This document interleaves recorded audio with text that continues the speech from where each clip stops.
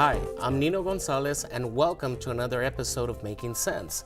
Well, today I have the pleasure of having two individuals from a department that used to be called Workforce Development, but now they recently went through a name change called the Center for Corporate and Workforce Training. And I've got two individuals here.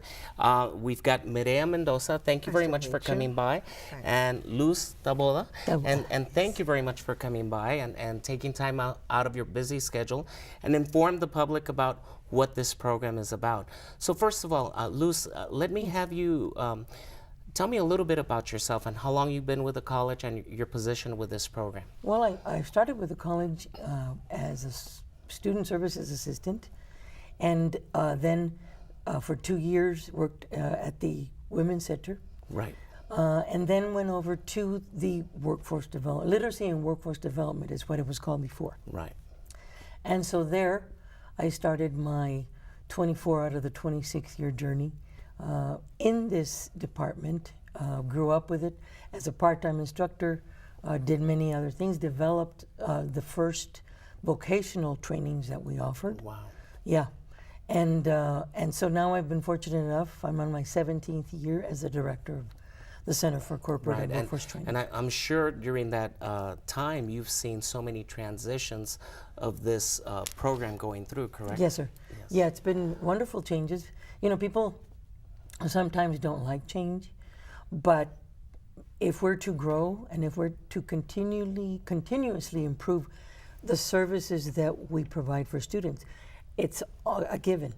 Case in point, the name change. Correct. It's been a long time coming. Right, and this name change just occurred a few weeks ago, correct? Yes, it's been a long time coming, and we've been thinking about it, but finally our superiors were able to move that through, and we're very appreciative. And Mireya, tell me a little bit about yourself. Well, this is my 26th year here at the college. I started back in 1990 when Career Training Center, where I'm housed, part of this program also used to be named Alpha Center. Oh, wow. So this new change, adds, to the first time it got changed. 26 years I was hired as a lab assistant, and later continued as an instructor for basic skills, GED classes and computer classes. And later on, right before Luz came on board, I was assigned to be the instructional leader. Okay. And now my new title is instructional coordinator. Oh, wow, okay. So, I really wasn't aware about this program until I came across an email and that there was going to be an open house and the name change, and that's what got me interested. And I think maybe there's a lot of people that don't know about it. So tell me a little bit about what the program does and how it benefits the community. Okay, so succinctly put, we provide short-term training for non-traditional populations, and that includes underserved, underemployed youth, adults, veterans, disabled, any group that would qualify to be sponsored either through, and I'll name you some of the agencies so that, because people out there are familiar with that. Workforce Solutions, which is the local workforce board, works closely with the Texas Workforce Commission. And so sometimes, especially and unfortunately sometimes because of the economy here locally, a lot of people will qualify for services under the auspices of Workforce Solutions. But there's also other agencies like DARS, which is the agency that works with the disabled. Right. The Motivational Educational Training Incorporated, which is MET, that work with seasonal and farm workers. And agencies in the community, Project Bravo, etc. Right. And so when they refer students to us, because most of the students, I would say that 90 to 95% of the students that we serve are agency sponsored or grant sponsored, ¿verdad? We have self-pays, of course. Anybody is welcome to come and take our classes. They are continuing education classes. Okay.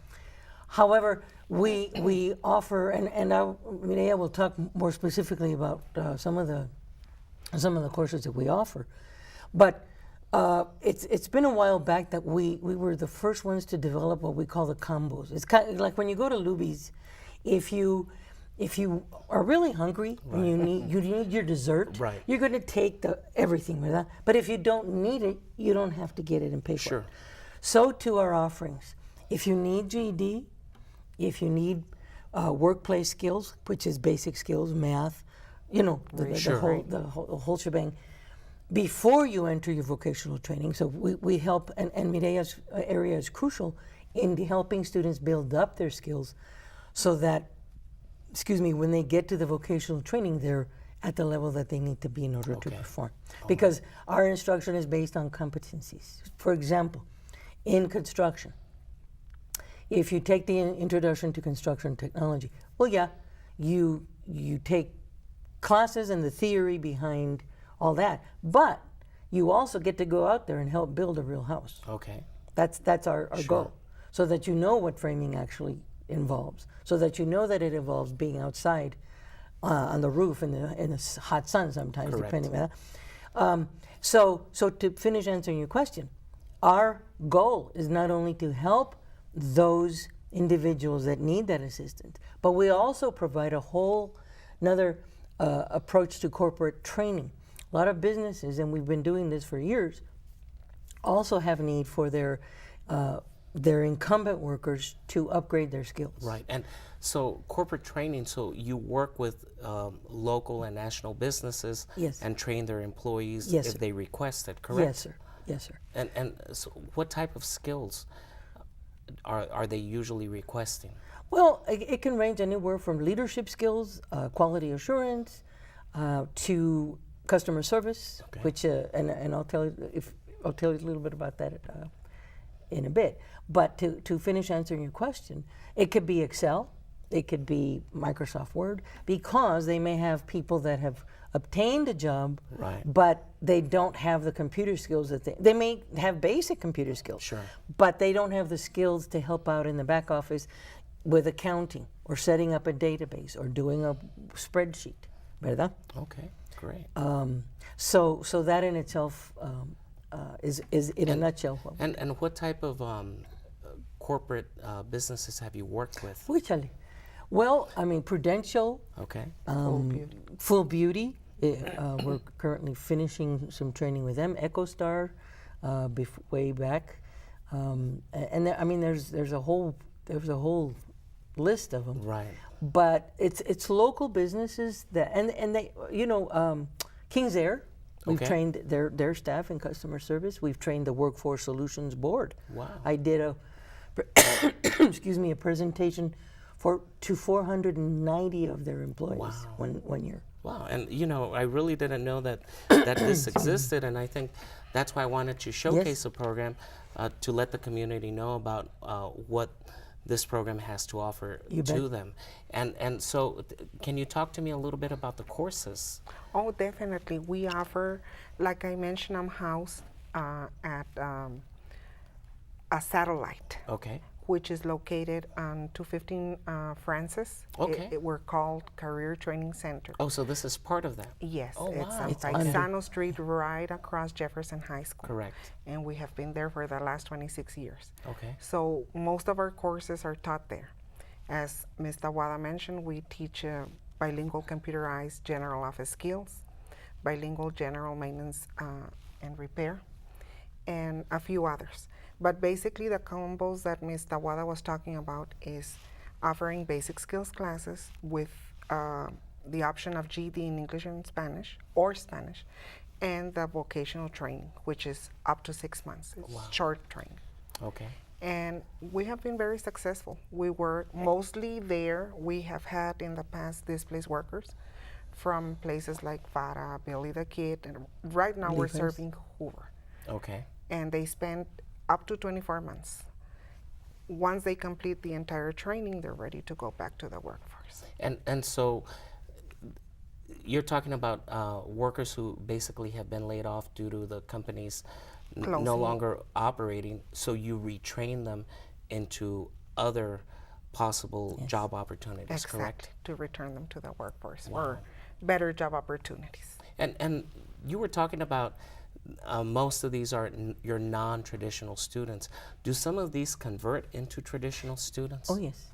Yes, because they see, a lot of times, if they've worked at a factory or any place for 20 years, 15 years, well, they've not had the need to upgrade anything. Sure. They work, they get raises, and et cetera. Excuse me.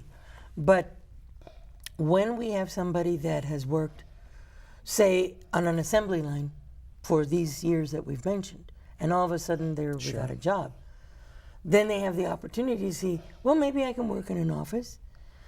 And if you can tell them about the assessment process, that would help. Yeah, so they come in with a very, sometimes with a very low self-esteem, because I lost my job. What am I going to do? I've done, the same thing for the last 25, 30, 15 years. So it's a process. They come in, and many of these students, have the ability to speak, read, and write English, but they haven't discovered that ability because they spend, a lifetime doing other things. So and doing that repetitive work over and over again. That's why the self-esteem is kind of low. They don't believe, they have that possibility to do better in whatever they get to choose. So they get referred to us, and then there's an intake process. They get assessed in reading, writing, and mathematics, and then placed accordingly.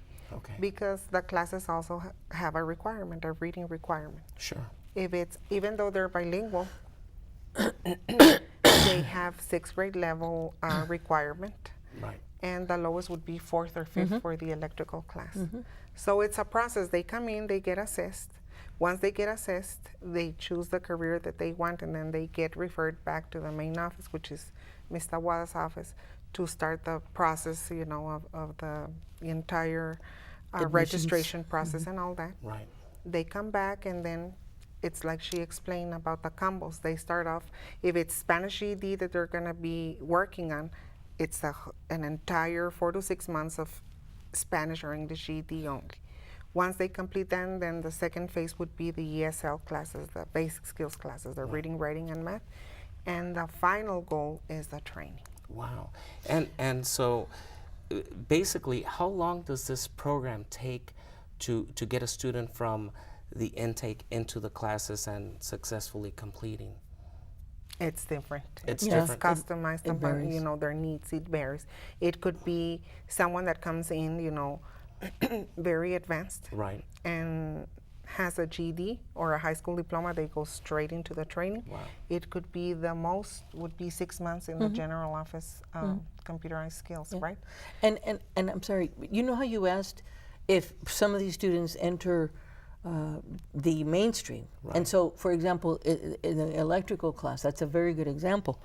Our students, that's a basic entry level course. However, we refer them to the Advanced Technology Center, where they can go into electrical journeyman, and then from there go into an apprenticeship program, become a master electrician, open their business.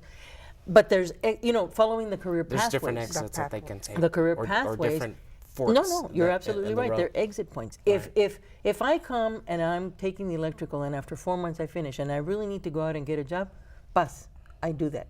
And part of our assistance is job placement assistance. People have to want to go to work, right?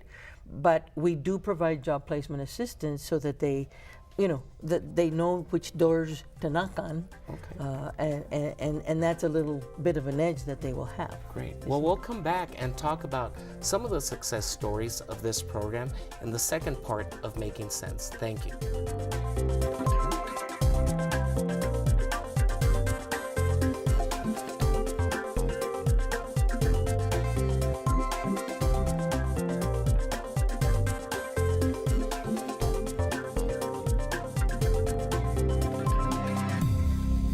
Welcome to the second half of Making Sense, and I'm talking to two individuals from the Center for Corporate and Workforce Training and informing the public what this department here at El Paso Community College does.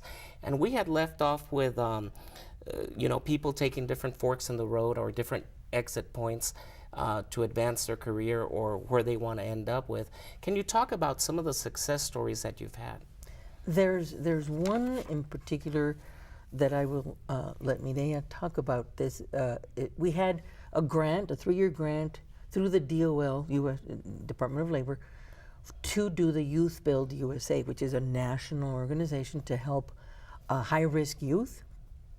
And And you can tell them what we did and who, you know. Yes, our student population, very young. Right. It ranged from 16 years old all the way through 21. Wow. And these are students, young people who very troubled mostly from foster homes, broken homes. And there is a case in particular of, may I mention his name? Yeah.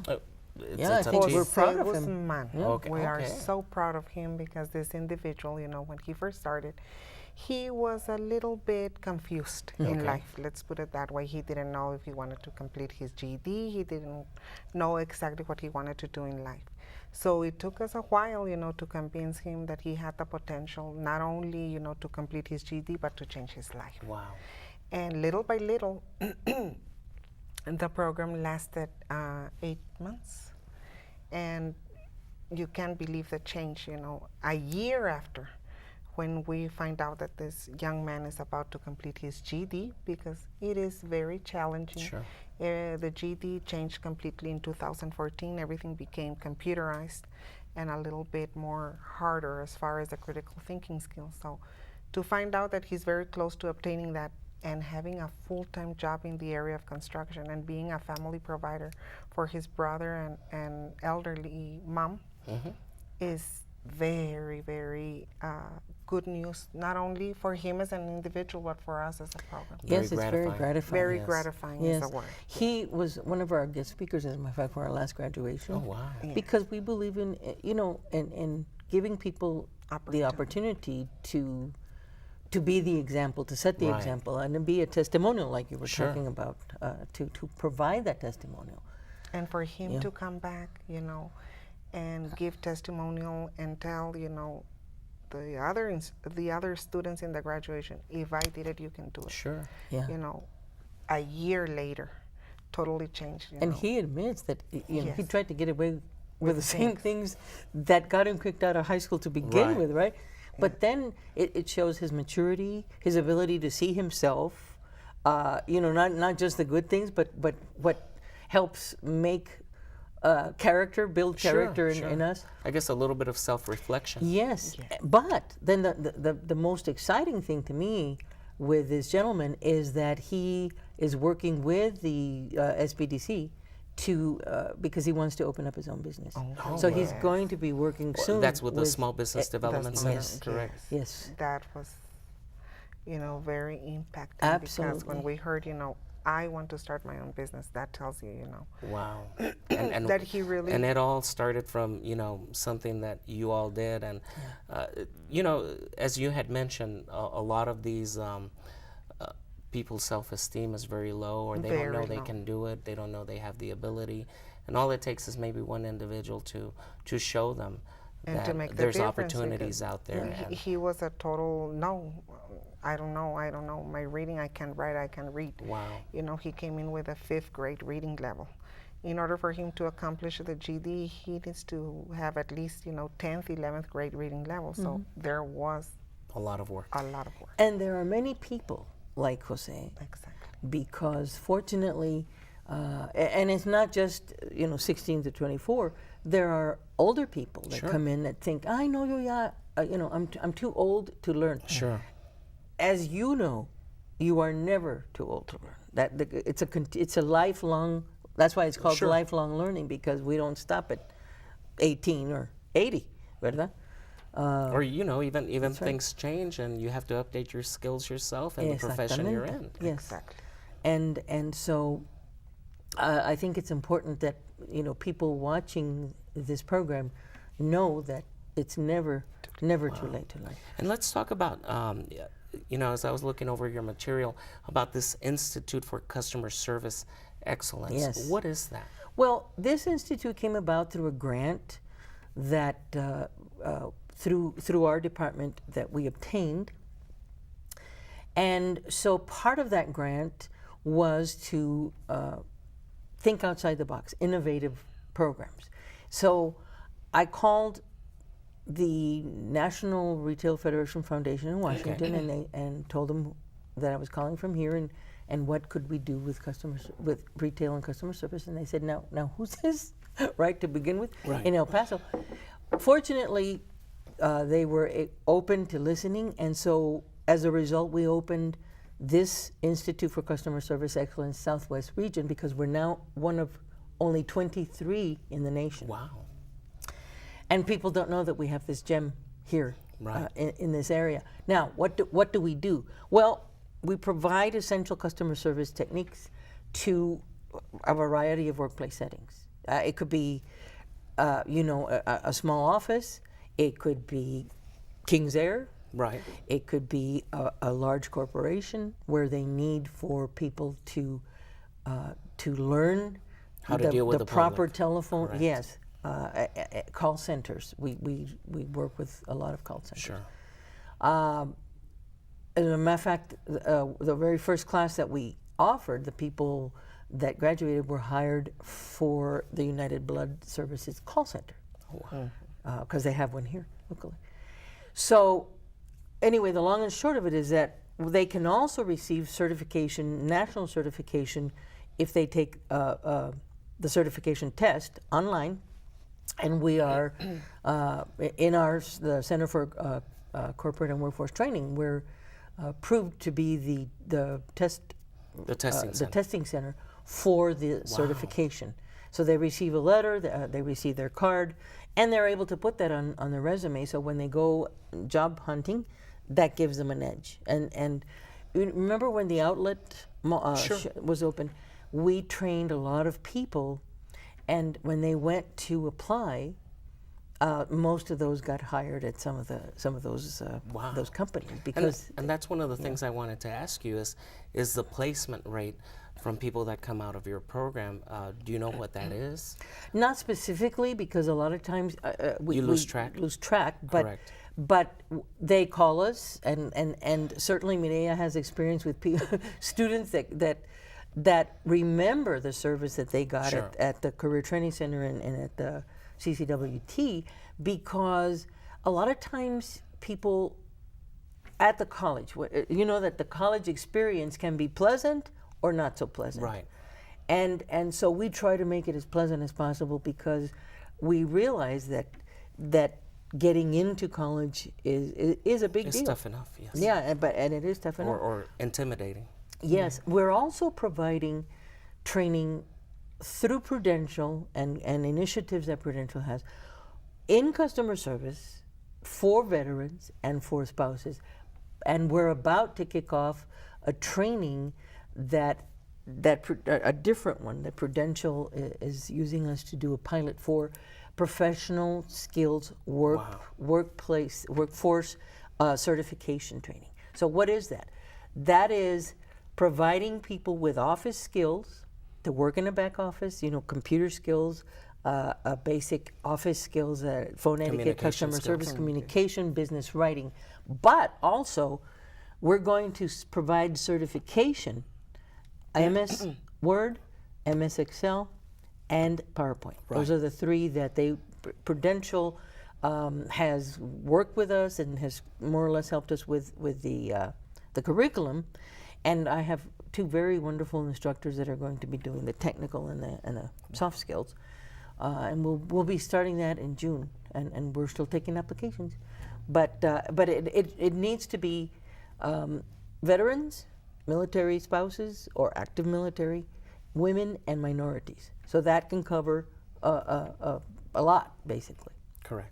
And if people are interested, they can call 831-7785, if you will allow me to. Sure. do that. And during the transition from the first part to the second part, we'll put information about your program, Great. along with a website that you have, so they can visit it and find out more resources there and Yes. contact information. And we greatly appreciate your giving us this time.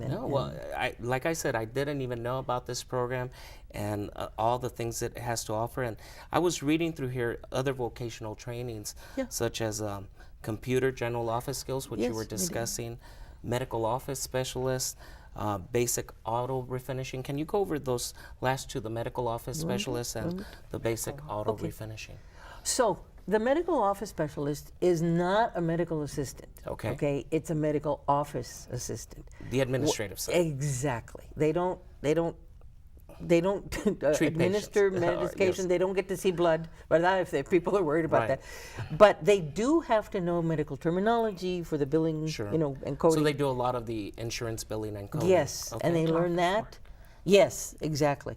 And so they know how to use the software. They're able to also use customer service, and we do Well, provide a some lot of training. times these are the gatekeepers. They won't let you even Exactly. talk to the doctor or the nurse or anything. So they're the gatekeepers, yes. yeah. And Which yet are they very have to- important, yes. Yeah, but they And have to do it in that a with way tact.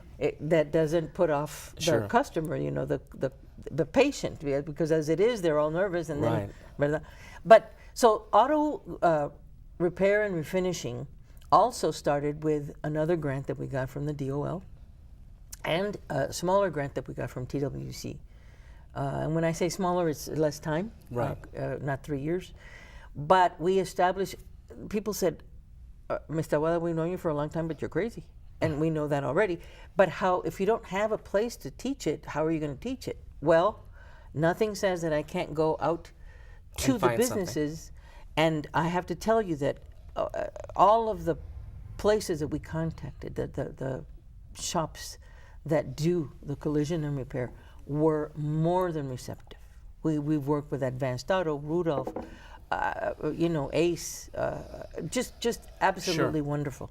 And so our students, what better training than to go where the real world application But not only is. that, it also could open up job opportunities That's for them exactly. at the same time. We have externships that we provide. It's about 60 hours. That's part of their curriculum, and all of us are involved. Mireya, myself, other staff, in making sure that the students get that experience. Why? Because it behooves them so that they can go to a business, X business, and say, I like working here.